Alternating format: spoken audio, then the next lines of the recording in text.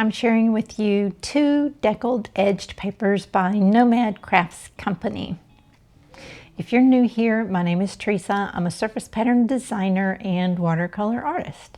And as you can see, we are still in the process of moving. It's taking us so long and I'm so sorry, but I promise as soon as we get settled, I will pick the pace back up with my videos. And thank you so much for your patience and understanding. And I know I sound like a broken record and I really don't mean to. It's just no one is more shocked than me that it's taking forever. But I really miss making videos and I have a long list of content for you guys. I just can't quite get it done right now. So please, thank you for your patience. So Nomad reached out to me over a month ago and asked if I wanted to review their papers. And when I found out that they're deckled edged, I couldn't wait to accept. But although I did not pay for these papers and they are sponsoring this video, I promise I will give you my honest opinion, which I'll just tell you right up front. I love this paper. So let me show you why. So these are the 2 papers that they sent. The first one is a 400 GSM cotton watercolor paper. This is 11.5 by 8.5 roughly, or 11.5 by 8, I believe. It's handmade. They're both handmade, but they call this a rough sketching paper. It is from virgin Egyptian cotton. And it does have a texture to it, you know, just as most handmade papers will kind of have that bumpy texture. And if you don't know, deckled edge is just this torn edge. So that's very lovely. It's soft, but with it being 400 GSM, look how thick that is. I mean, I don't know if you can tell, but that's pretty thick. It's not bending as much as a regular paper would, a watercolor paper.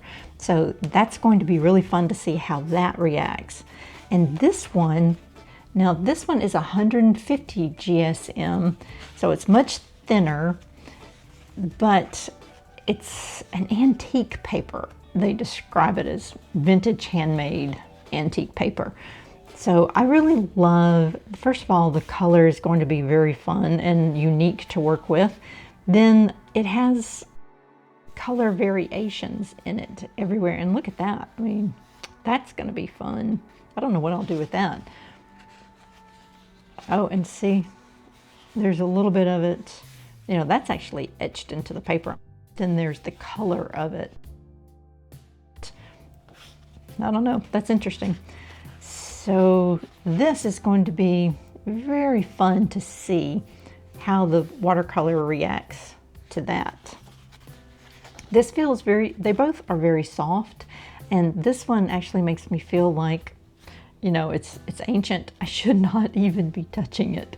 So, okay, let's get started. The first thing I noticed about the white cotton paper is that it's a bright white, and I really do love bright white paper. Then the other thing I really was concerned about, because it's so thick and it feels more like a paper towel or a tissue of some sort, very soft, I was kind of concerned that it may soak up the water in the pigment just like a paper towel would, but that was not at all the case. It behaved just like watercolor paper. This particular pink, as you see the first layer in the background there, it dulled a little bit, but I was very pleased with when I came back over the top. See how vibrant that became? I felt like it handled layers very well. Of course, because this one is so thick, it did not buckle. Neither one of these papers buckled at all. Didn't matter how much I put on them. With this one also, it did very well when I dropped in different colors to blend. So I got that nice watercolor painterly look effortlessly. It did beautifully with that. This paper comes in 25 sheet packs, only 64 cents a sheet for the 7x5, 72 cents a sheet for 8x5, and 88 cents for the 11x8. Now, I could not find the loose leaf papers on their website. They shipped to me directly from Amazon, so I'll link for you below the Amazon links for these. But I'll also give you the Nomad website too, in case you would like to purchase these papers in a journal with a leather cover. Now with this paper, the one thing that I noticed is that because it's brown, and this is going to be true of any colored paper when you are painting with watercolors, the color will absorb into it. It's not a white background, so it's going to take more pigment to show up on that colored background because watercolor is transparent. So with this white, I did have to go over it several times to get it to stand out, but that's not a negative to me, and especially not particular to this paper. It's true of any colored paper. I was very impressed with the way that it did not warp the back at all. So that held up very, very well to multiple layers. This one comes in 75 sheets per pack, and the price breakdown right now on that would be 29 cents a sheet for the 6x4, 37 cents a sheet for the 8x5, and the 45 cents for the 11x8. And then they had a couple of other sizes that were larger than that.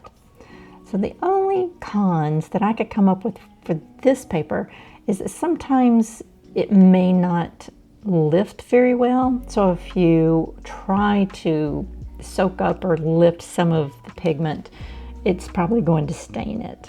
If you sketch something with pencil first, do not try to erase it because it will just tear your paper, and for me it left this white little area. With colored papers such as this caramely brown, contrasting colors really pop off the page, like with this black and white.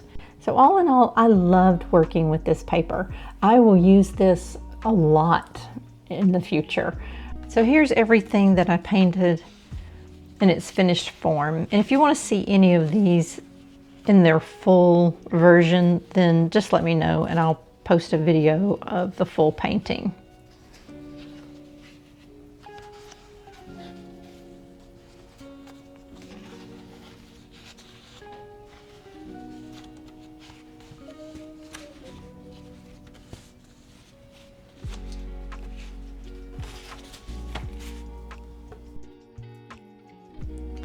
Well, I hope you enjoyed that one. If you did, please give me a thumbs up to let me know. And if you haven't already subscribed, please consider subscribing.